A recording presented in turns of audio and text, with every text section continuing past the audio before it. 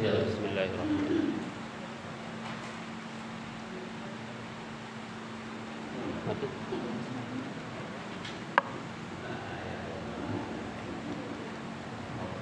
Mati.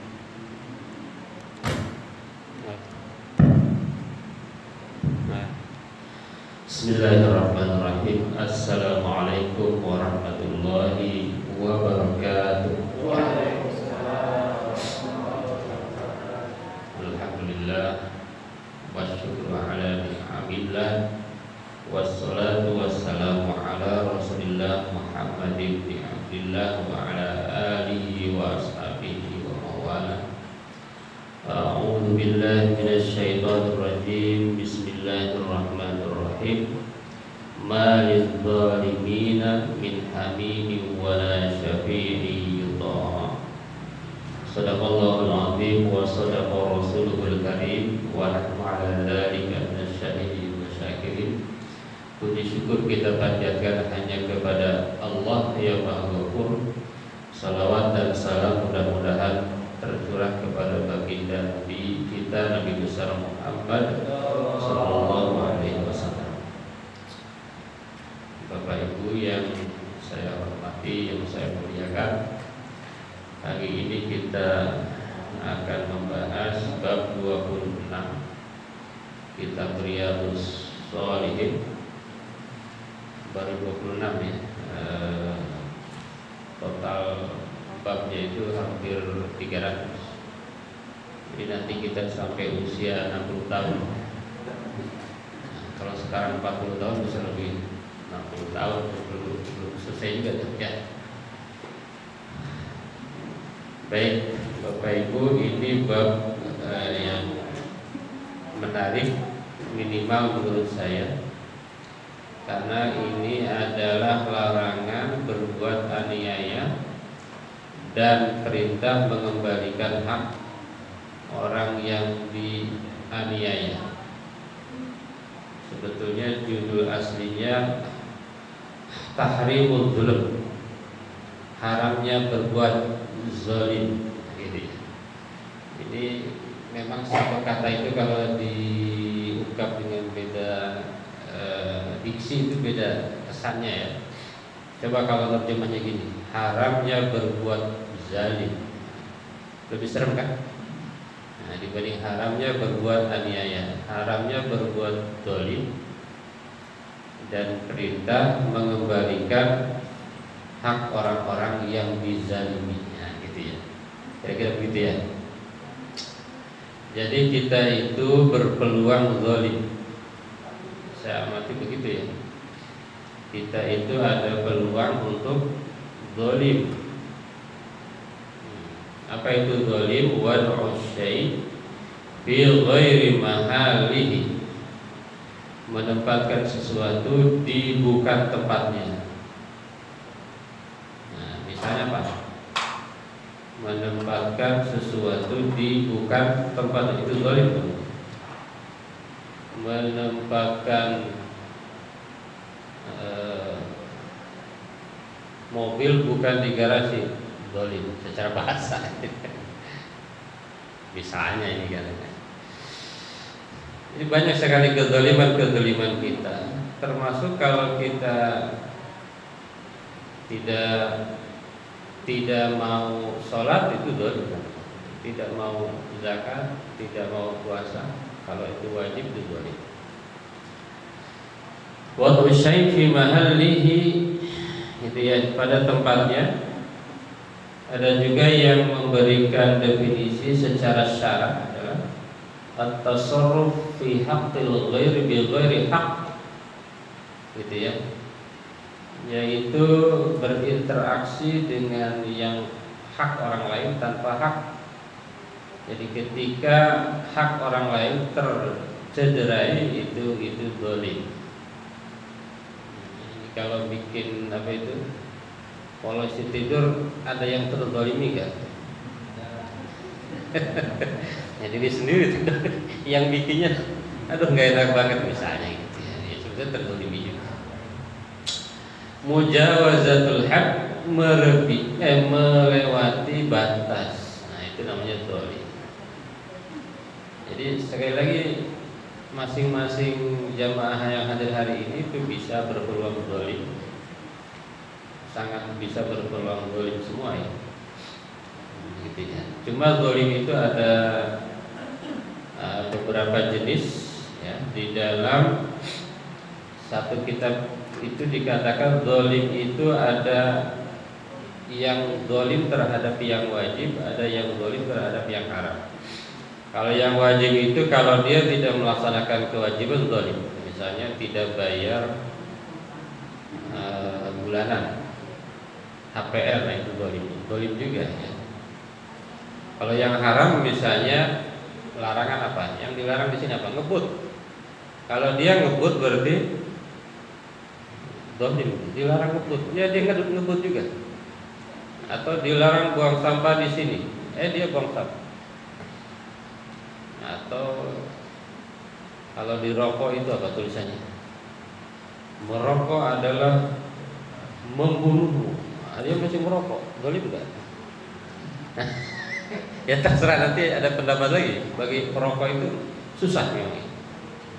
Katanya yang susah dikasih pelajaran itu satu perokok. Kalau diceramahin pasti nggak mau dia. Nah, itu Pak Kiai juga merokok. Nah dalilnya begitu ya. Ada juga yang membagi zalim itu ada dua. Satu zalim terhadap hak Allah. Yang kedua zalim terhadap hak sesama manusia. Terhadap hak Allah ya sholat, zakat, puasa, haji, apalagi hak Allah. Kalau terhadap hak manusia ada tiga. Satu darah. Kalau mengeluarkan darah manusia lain namanya zalim. Yang kedua harta. Mengambil hak harta orang lain itu namanya zalim. Yang ketiga a'rad, kehormatan atau jiwa raga ya. Nah, jadi membuat rusak orang lain, membuat cedera dan lain sebagainya. Itu adalah bagian daripada zalim. Ada juga yang membagi zalim itu kepada tiga. Yang pertama zalim la yatrukuhullah. Zalim yang tidak ditinggalkan Allah. Artinya zalim itu Allah nggak bisa nggak bisa secara langsung. Yang kedua zalim yughfar, kezaliman yang diampuni. Jadi walaupun zalim bisa diampuni. Yang ketiga zalim yang tidak pernah akan diampuni. Oke, yang pertama dulu zalim yang tidak akan pernah diampuni itu apa? Yaitu syirik kepada Allah. Syirik itu apa? Syirik itu menduakan Allah. Syirik dari kata syirkun, artinya adalah membuat teman Allah. Jadi kita menganggap selain Allah itu ada temannya. Nah itu syirik. Cuma ada yang lebih ngeri lagi, bahwa syirik modern. Syirik modern itu adalah ketika kita punya ketergantungan selain Allah. Dan ini jangan-jangan semuanya kena. Kalau nggak punya duit, gelisah nggak? Nah, misalnya kita lagi jalan kemana, lalu nggak punya duit, ATM-nya nol, gelisah nggak? Nah, pasti gelisah kan? Takut kan? Nah, apalagi lagi di luar kota, serem juga. Jangan-jangan kita syirik, masuk ke syirik. Yang kedua syirik zalim yang diampuni. Diampuni itu seperti apa? Hubungan antara hamba dengan Allah. Nah, apa itu? Misalnya kita tidak kelewat sholat misalnya. Kalau bertaubat, mengkodo dan sebagainya itu bisa diampuni. Selain musyrik ya, kalau musyrik tidak. Maka seorang orang tua kalau bisa itu yang pertama dijadikan adalah bagaimana anak itu tidak musyrik. Makanya Luqman bicara kepada anaknya, ya bunayya la tusyrik billah inna syirka la zulmun adzim. Bahkan Allah lebih menegaskan lagi bahwa wasal insana biwalidayhi hamalatu ummu wahnan ala wahdi wa fisaluhu fi amain anishkurli wa liwalidayka ilayyil masir. Ya bun wa in jahadaka ala an tusyrika bi ma laysa laka bihi ilmun fala tuti'huma wa sahibhuma fid dunya ma'ruf. Kata Allah, walaupun orang tua kalau ngajak kemusyrikan wajib Anda tolak. Kira-kira begitu ya.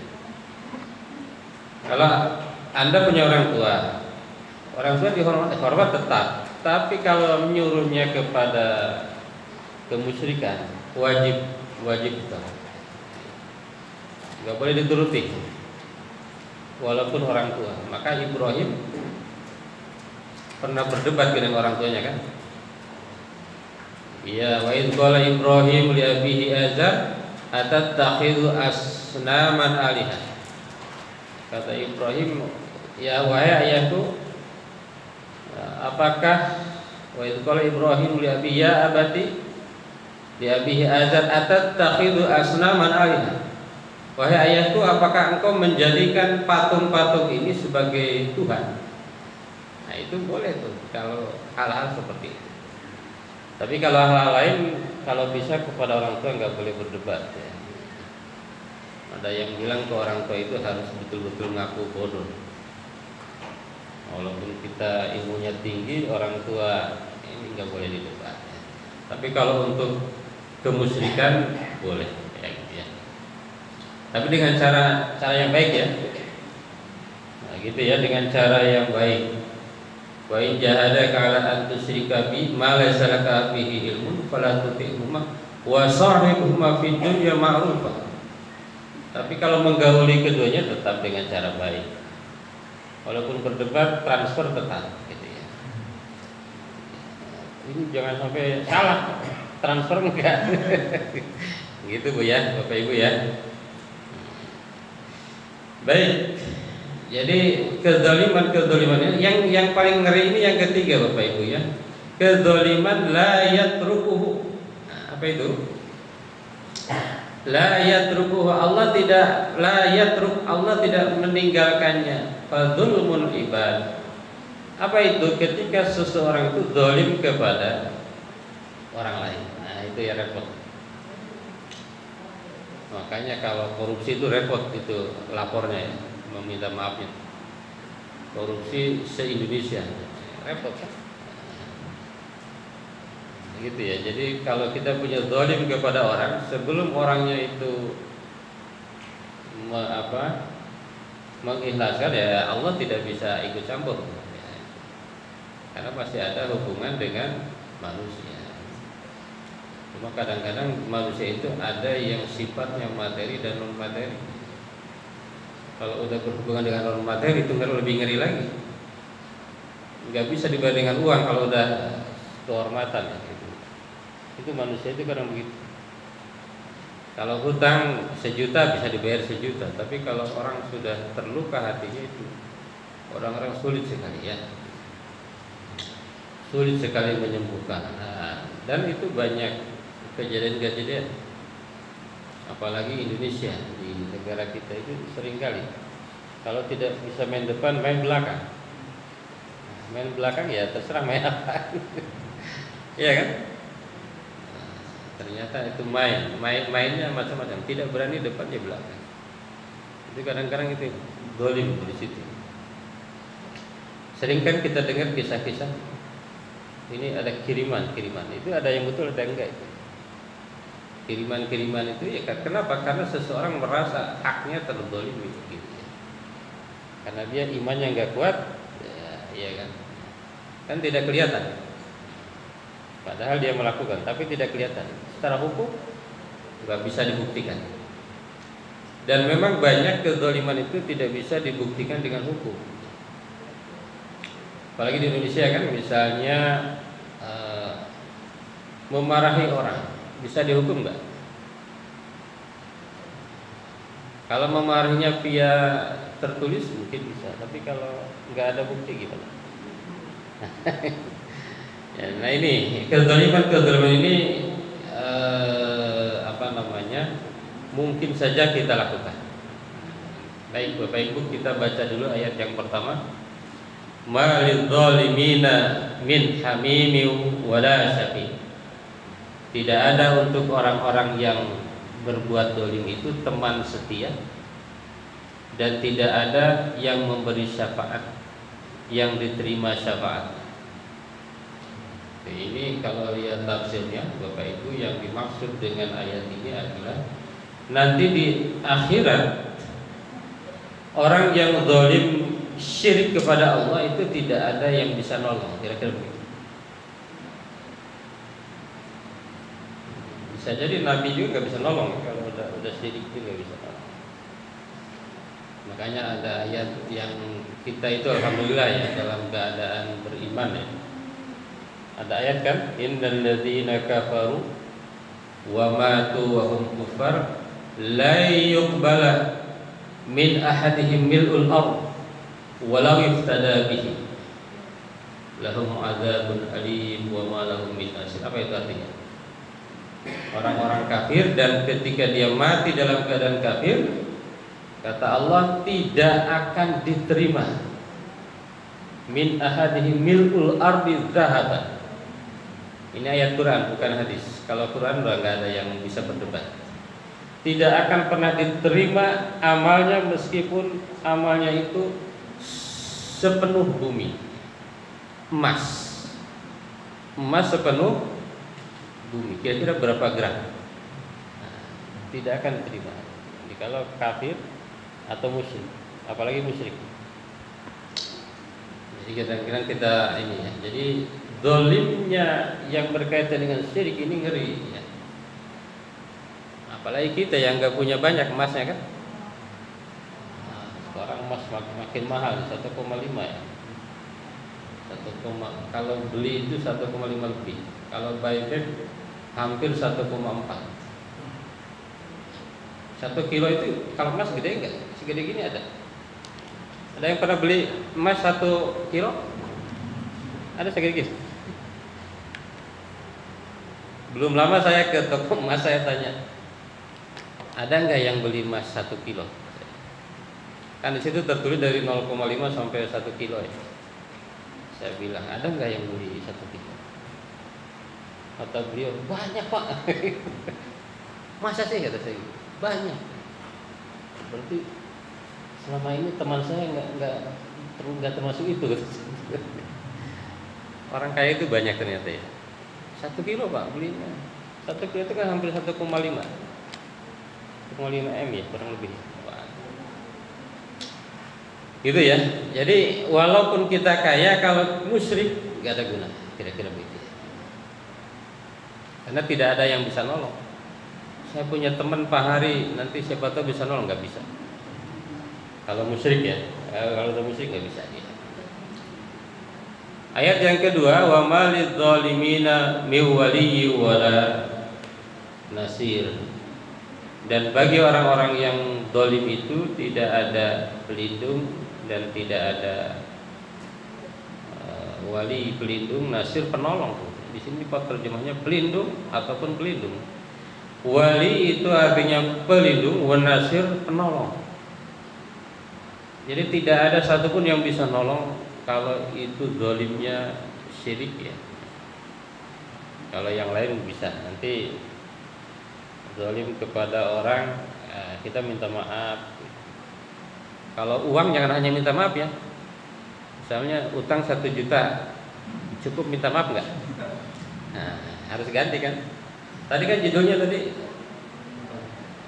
haramnya berbuat zalim dan mengembalikan hak orang yang dizalimi. Kalau uangnya 1 juta, kembali uang 1 juta.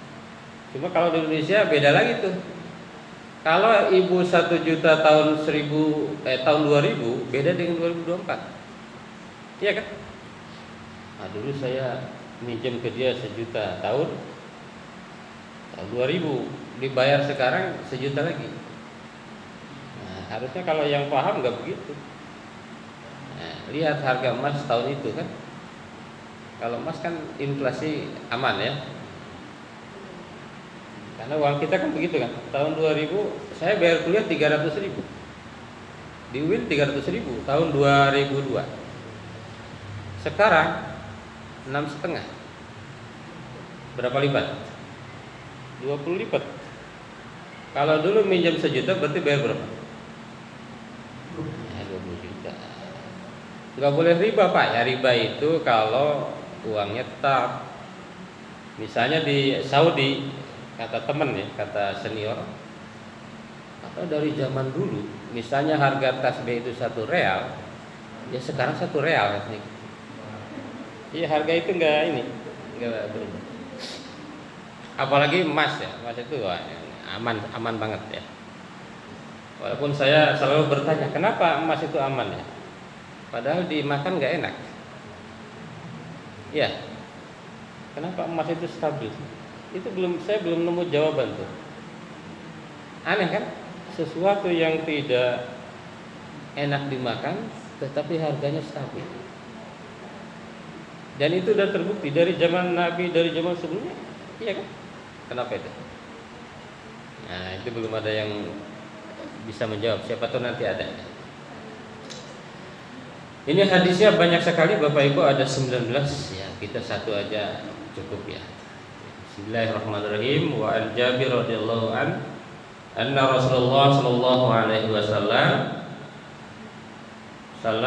qala ittaqud dzulma fa inna dzulma dzulumatu yaumal qiyamah wattaqus syuha fa inna syuha ahlaka man kana qablakum hamalahum ala an safaku dima'ahum wastahallu maharimahum. Rawahu Muslim. Dari Jabir radhiyallahu an, Rasulullah SAW bersabda, ittaqud dzulma, takutlah kepada zalim, fa inna dzulma dzulumatu yaumil qiyamah, karena kezaliman itu adalah kegelapan di hari kiamat. Wattaqus syuha, dan takutlah kikir, fa inna syuha ahlaka man kana qablakum, karena kikir itu telah membinasakan umat-umat sebelum kalian. Hamalahum ala an safaku dima'ahum, hal itu yang mendorong mereka melakukan pertumpahan darah. Wastahallu maharimahum, dan menghalalkan segala macam yang haram. Muttafaq alaih. Apa maksud daripada hadis ini? Yang pertama adalah tahrimul dzulmi wa tahdzir minhu, bahwa zalim itu haram. Zalim itu harus dihindari. Al-umur al-ma'nawiyah tatahawwal yaumal qiyamah bi amrillah ila hissiyah.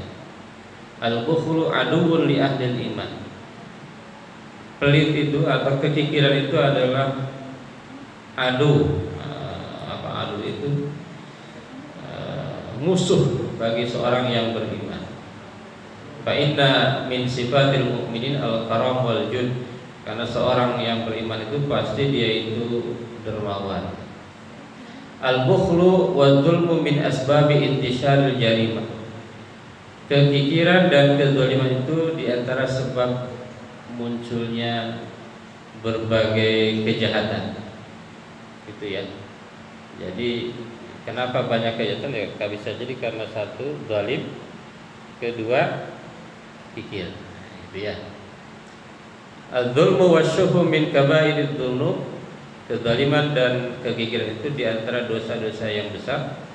Allati tusabbibul hilak, yang menyebabkan kerusakan fid dunia, di dunia, wal qarabat asy-syadidah yaumil qiyamah, dan juga kerusakan atau kerepotan di hari kiamat. Gitu ya. Jadi kezaliman itu memang bahayanya luar biasa ya. Dua, zalim, yang kedua apa tadi? Kikir ya, kekikiran itu. Zalim itu misalnya ketidakadilan itu bahaya sekali. Apa namanya? Bisa menimbulkan kekacauan ya. Jadi segala macam kekacauan itu disebabkan diantaranya satu kezaliman, yang kedua kepikiran. Kepikiran itu kan misalnya zakat aja, zakat itu berapa persen? 2,5%. Di Indonesia itu kalau orang zakat semua itu menurut penelitian itu 327 triliun. 327 triliun. Nah, itu bisa banyak ini solusi ya. Bisa berapa sarjana yang dihasilkan ya. Bisa berapa ribu doktor yang dihasilkan. Bisa orang yang miskin jadi kaya. Kan zakat itu bagaimana merubah yang miskin menjadi kaya ya. Yang bukan yang miskin tetap miskin, bukan. Membuat yang tadinya berhak mendapat zakat menjadi pezakat. Nah itu. Asyuk. Jadi ini problem ya. Asyuk kepikiran. Dan kita berpeluang itu ya. Iya kan? Satu waktu pernah ada penceramah cerita kan, coba kita buktikan apakah kita termasuk orang kikir ya, coba kalau kotak amal lewat pasti kita cari yang paling kecil ya, gitu. Itu bukti kekikiran kita ya, betul gitu ya. Kalau zakat aja itu sih, walaupun ada perdebatan kalau sudah dipotong pajak boleh tidak zakat, apalagi yang golongan 4. Golongan 4 itu pajaknya 15%. Nah itu bisa pakai dalil tuh.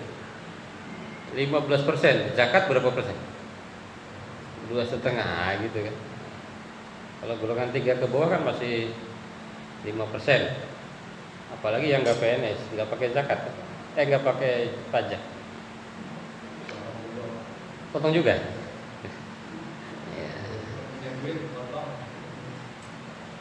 Nah, satu lagi hadis an Abi Hurairah radhiyallahu anhu anna Rasulullah sallallahu alaihi wasallam qala la tu'addunna al-huquq ila ahliha yaumal qiyamah hatta yuqad lisyat al-jalha minasyat al-qarna. Bahwasanya setiap hak harus dikembalikan kepada pemiliknya kelak di hari kiamat, hingga kambing yang tidak bertanduk diberi hak membalas hantaman kepada kambing yang memiliki tanduk. Ini hadis ini menjelaskan bahwa katanya ya, pembalasan itu bukan hanya pada manusia tapi juga pada hewan. Jadi kalau kita telah menzalimi orang, nanti di akhirat akan dibalas. Maka nanti kalau Bapak Ibu baca hadis yang di bawahnya itu nanti akan ada orang yang muflis. Muflis itu apa? Muflis itu orang yang apa istilahnya? Defisit ya. Orang yang defisit. Orang yang apa? Defisit ya. Yang utangnya lebih banyak apa namanya? Utangnya lebih banyak daripada uangnya. Nah, orang yang muflis. Orang yang muflis itu siapa? Katanya orang yang dia sholat, dia zakat, dia puasa, dia haji, tapi dia zalim kepada orang. Nanti pahala dia diambil oleh orang yang dizalimi. Kira-kira begitu ya. Pahala dia diambil oleh orang-orang yang dizalimi. Pahala puasa habis, pahala zakat habis, pahala sholat habis. Kalau pahalanya udah habis, diapain? Nanti dosa orang yang dizalimi dia tanggung di situ. Nah, ini di sini. Maka hati-hati dengan kezaliman. Itu ya Bapak Ibu ya. Semua berpeluang untuk zalim ya. Bahkan hal-hal yang remeh-temeh. Remeh-temeh mungkin hanya 100 rupiah. Mungkin hanya 1.000 rupiah. Mungkin hanya 2.000 rupiah. Mungkin hanya gope. Gope itu kan kecil banget kan? Tapi itu nanti itu semua akan, kata Allah nih menurut hadis ini, semua akan dibayar, semua harus dibayar. Gitu ya. Atau yang repot itu kan kalau tidak berbentuk uang. Pernah dimarahi, tapi merasa nggak marahi kan itu. Pernah menyakiti orang, tapi merasa tidak menyakiti, itu yang repot ya. Ya kan? Nah, maka kita itu betul-betul kadang-kadang harus hati-hati betul, karena kezaliman itu sekecil apapun akan ada pembalasannya. Mungkin di dunia tidak, tapi nanti di akhirat ini kan. Bahkan tadi kambing yang ada tanduknya dengan kambing yang tidak ada tanduknya.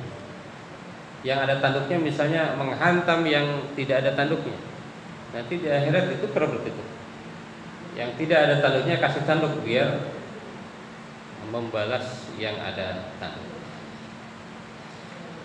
Baik Bapak Ibu semua, ini udah 30 menit ya, mudah-mudahan menjadi pelajaran untuk kita semua ya. Untuk kita, bukan hanya untuk Bapak Ibu, untuk kita. Jadi termasuk yang di depan kan, untuk kita semua, bahwa memang kezaliman itu harus kita hindari ya. Kezaliman lebih serem lagi kan, zalim lebih serem lagi.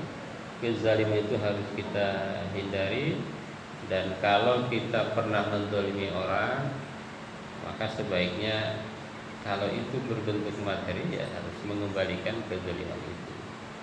Kalau tidak berbentuk materi ya meminta dihalalkan. Baik Pak Ustaz, saya kira itu kalau ada yang ditanyakan dipersilakan.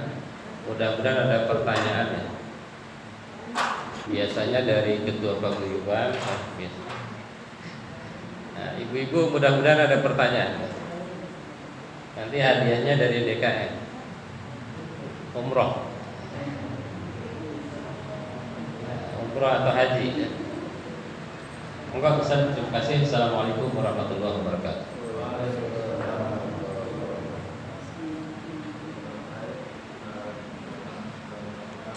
Enggak nyala. Terkait dengan itu soal jadi dolim itu yang tadi disampaikan Ustaz soal itu sebenarnya semua manusia itu potensi untuk melakukannya tadi. Ada. Bahkan setiap detik itu bisa, gitu ya.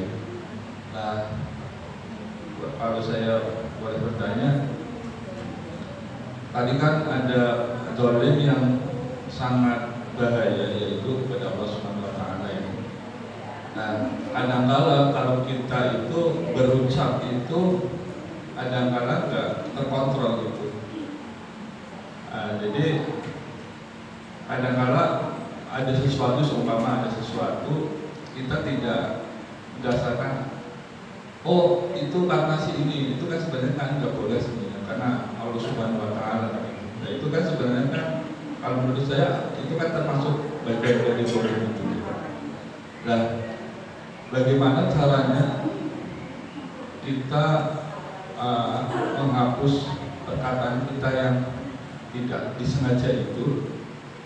Apakah bisa melalui surat itu, dengan taubat itu, dengan beristighfar atau apa? Atau mungkin ada cara-cara lain gitu, karena nanti kan di akhir kita juga dipertanggungjawabkan dari itu. Tidak bisa, tadi yang disampaikan itu tidak bisa dilakukan dengan cara apapun, karena berkaitan dengan langsung dengan Allah Subhanahu Wa Taala. Terus yang kedua, ini kan tadi disampaikan ada korupsi ya tadi ya. Menurut saya ini kan kalau korupsi memang benar-benar luar biasa zolimnya gitu. Nah, apakah orang korupsi itu sangat potensi, dan itu kayaknya kalau tadi yang disampaikan pasti masuk neraka itu? Karena kalau manusia itu tidak bisa memaafkan, otomatis dia langsung langsung masuk ke neraka gitu. Nah, itu karena dalam suatu wilayah yang sangat luas dan berefek luas banget itu, itu memang udah fix gitu, kita mengatakan itu bisa fix. Dan apakah ya mungkin gimana itu kan? Mungkin ada yang lain, silakan ya Pak Ustaz Bari yang mau Haji? Ada. Ibu-ibu ada? Ibu-ibu ini yang sudah berjasa bawa makanan, ada pertanyaan. Apakah saya dolim kalau ngasih makanannya itu pagi-pagi sudah terlalu berat? Bisanya begitu ya. Oke, baik. Ini pertanyaan yang keren dari Pak Ustaz Agus ya. Cuma ini ngeri nih, nama Agus lagi ngeri Pak. Nama yang lahir Agustus ngeri. Berucap tidak terkontrol karena si ini. Bagaimana cara menghapus yang tidak disengaja? Apa beristighfar atau dengan cara ini? Ya, kalau berhubungan dengan Allah cukup dengan istighfar, dengan bertaubat. Istighfar, taubat itu ada 3 ya. 1, tidak berjanji tidak akan mengulangi. 1, berhenti. 2, berjanji tidak akan mengulangi. 3, sedih karena dia telah melakukan itu namanya taubat. Kalau berhubungan dengan Allah. Tapi kalau masih ada hubungan dengan manusia lain, misalnya karena si anunya itu yang harus kita minta maaf. Tapi kadang-kadang kita itu gengsi juga. Kita secara umum aja minta maaf. Mohon maaf ya kalau saya ada salah. Enggak disebutin tuh. Bagusnya disebutin. Kemarin saya ngomongin ibu ya. Saya mohon maaf. Gitu ya. Ngomongin ibu bahwa ibu ngambil kue saya. Nah, misalnya kemarin kan saya dapat kue ya, tapi ibu ambil lalu saya omongin gitu ya. Harusnya disampaikan kalau berhubungan dengan manusia. Kalau dengan Allah istighfar, kalau itu berat taubat kepada Allah. Kalau potensi korupsi masuk neraka itu iya pasti. Yang punya potensi korupsi kan pejabat. Kalau enggak pejabat enggak korupsi kan? Ya. Definisi korupsi itu pejabat ya. Kalau swasta bahkan disebut korupsi enggak swasta? Bisa juga. Tapi enggak kena KPK ya kalau swasta. Kena HRD dapat tapi enggak kena KPK. Ya paling dipecat ya. Enggak masuk penjara. Kayak yayasan itu kan banyak sebetulnya korupsi. Cuma karena yayasan itu swasta enggak kena penjara ya. Baik, kalau korupsi potensi masuk neraka, sangat masuk neraka. Sangat masuk. Cuma apakah selamanya? Selama ada iman tidak. Gitu ya. Judulnya kan selama dia tidak musyrik, dia akan masuk surga meskipun mampir dulu. Nah, mampirnya nggak tahu berapa lama gitu kan. Yadkhulul jannah man kana fi qalbihi mithqala dzarratin minal iman. Masuk surga orang yang di hatinya ada iman walaupun sedikit. Meskipun sholatnya jarang, meskipun puasanya ya kadang puasa kadang enggak, meskipun dia korupsi ya meskipun juga. Tapi berapa lamanya itu ya tentu semakin yang terzalimi semakin banyak ya semakin ngeri. Gitu ya. Pejabat Pak Hari ya, ini pejabat Pak Hari. Jadi pejabat itu peluang pahalanya besar. Kalau dia memberi manfaat banyak ya. Nah, peluang dosanya itu besar lagi. Tapi sekarang aneh ya, orang pada pengen jadi pejabat. Nggak tahu nyari apa. Padahal hartanya udah banyak. Pengen jadi pejabat, aneh juga ya. Ya memang dunia itu kan ada 3, harta, tahta, Mona Lisa. Selalu begitu ya, harta, tahta.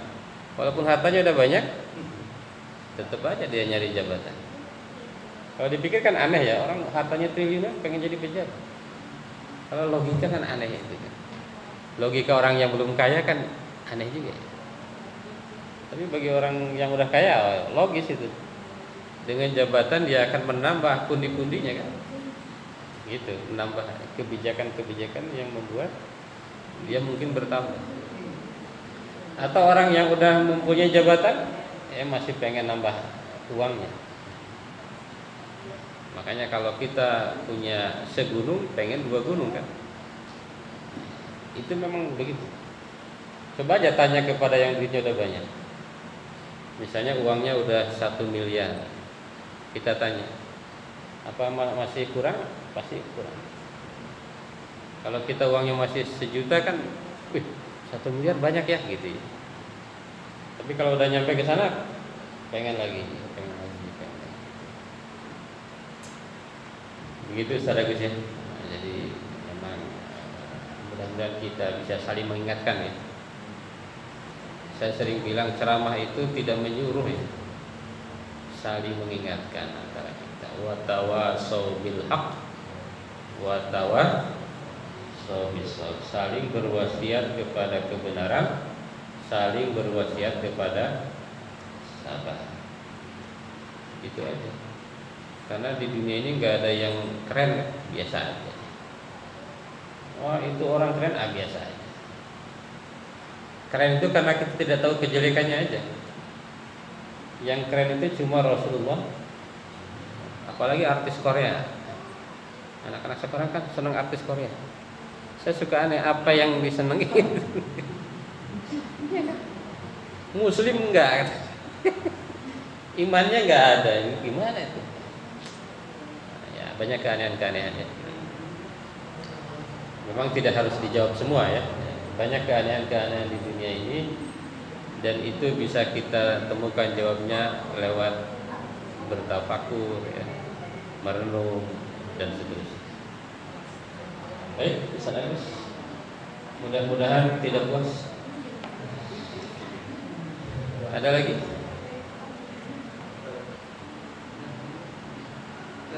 Iya Pak Haji. Nah, ini, kalau Pak Haji nambahin.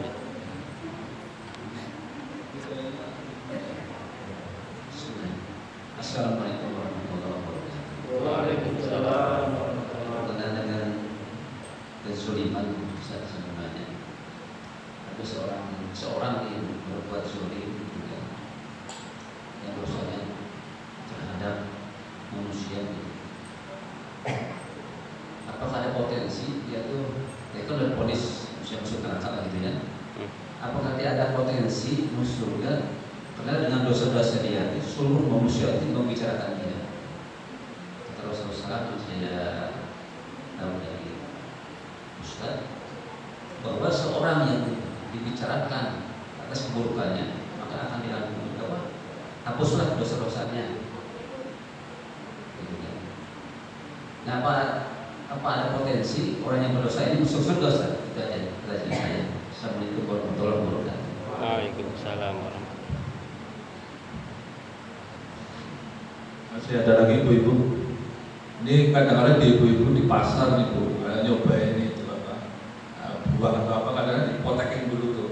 Ini masih muda, tinggalin aja. Itu kan nggak boleh itu sebenarnya. Iya itu boleh itu. Saya wakilin aja ya kemarin ini. Apakah itu gimana Ustaz itu? Karena saya kemarin beli kacang tuh 1 lupa itu. Ini masih muda, jadi saya tinggalin aja itu, saya juga.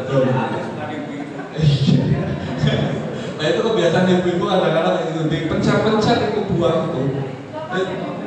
Iya itu gimana Ustaz itu? Ini kita juga mau maafin lupa, itu orang kadang-kadang pindah ke sana ke situ, kan kita lupa itu.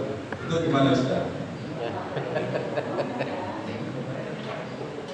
Baik, terima kasih Pak Haji. Ini biasanya menambahkan nih, zalim terhadap manusia. Kalau orang yang zalim itu diomongin, digibahin, maka dosanya terhapus.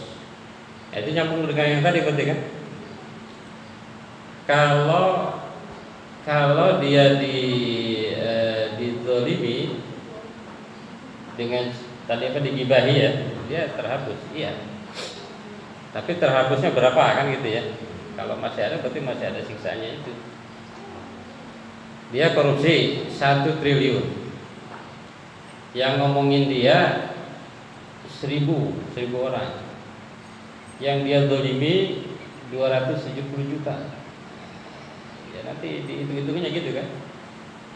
Jadi apakah yang terhapusnya lebih banyak atau lebih sedikit?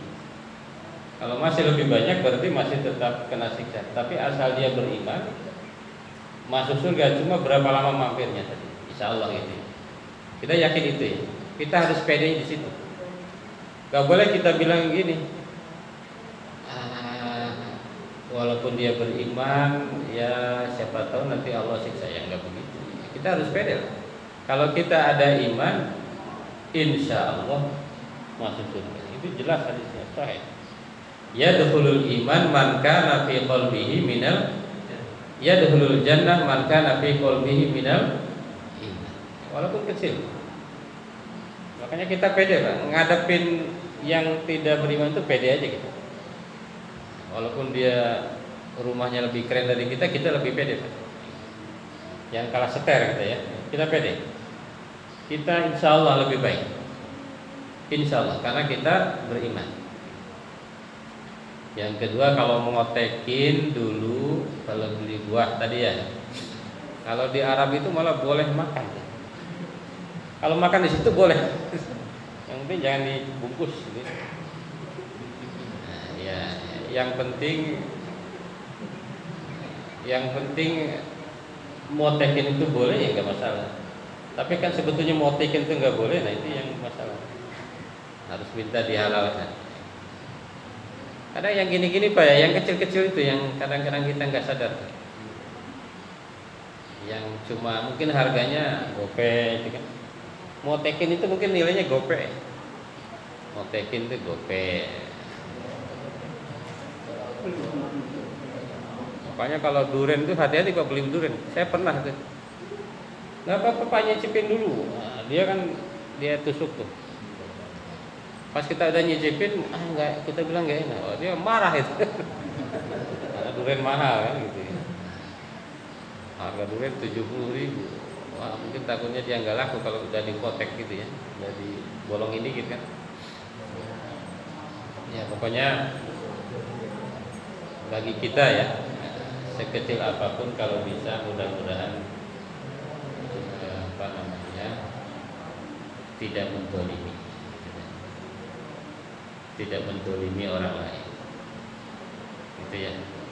Termasuk mendolimi diri sendiri juga nggak boleh. Mendolimi orang lain, hak orang lain. Ya mudah-mudahan kita ini ya selalu jaga ya. Cuma kalau ingat situ kita banyak dosanya ya. Banyak dosanya, nggak bisa tidur tuh. Dosa kita banyak banget, nggak bisa tidur nanti malam. Ini saya pernah ini ke sini, ya. Iya, gitu ya. Jadi, tapi bagus. Semakin merasa banyak dosa, semakin bagus. Kalau di Islam kan begitu ya. Semakin merasa banyak dosa, makin bagus. Semakin merasa tidak berdosa, semakin tidak bagus. Semakin merasa lebih baik dari orang, makin gak bagus. Merasa lebih buruk dari orang, makin gak bagus, makin bagus. Itu tasawufnya begitu, kalau tasawuf begitu. Semakin merasa kita lebih buruk dari orang itu makin baik. Semakin merasa lebih baik, makin buruk. Baik, Ustaz mungkin sudah kesiangan ya. Baik, jazakallahu khair Ustaz Rasman. Alhamdulillah kita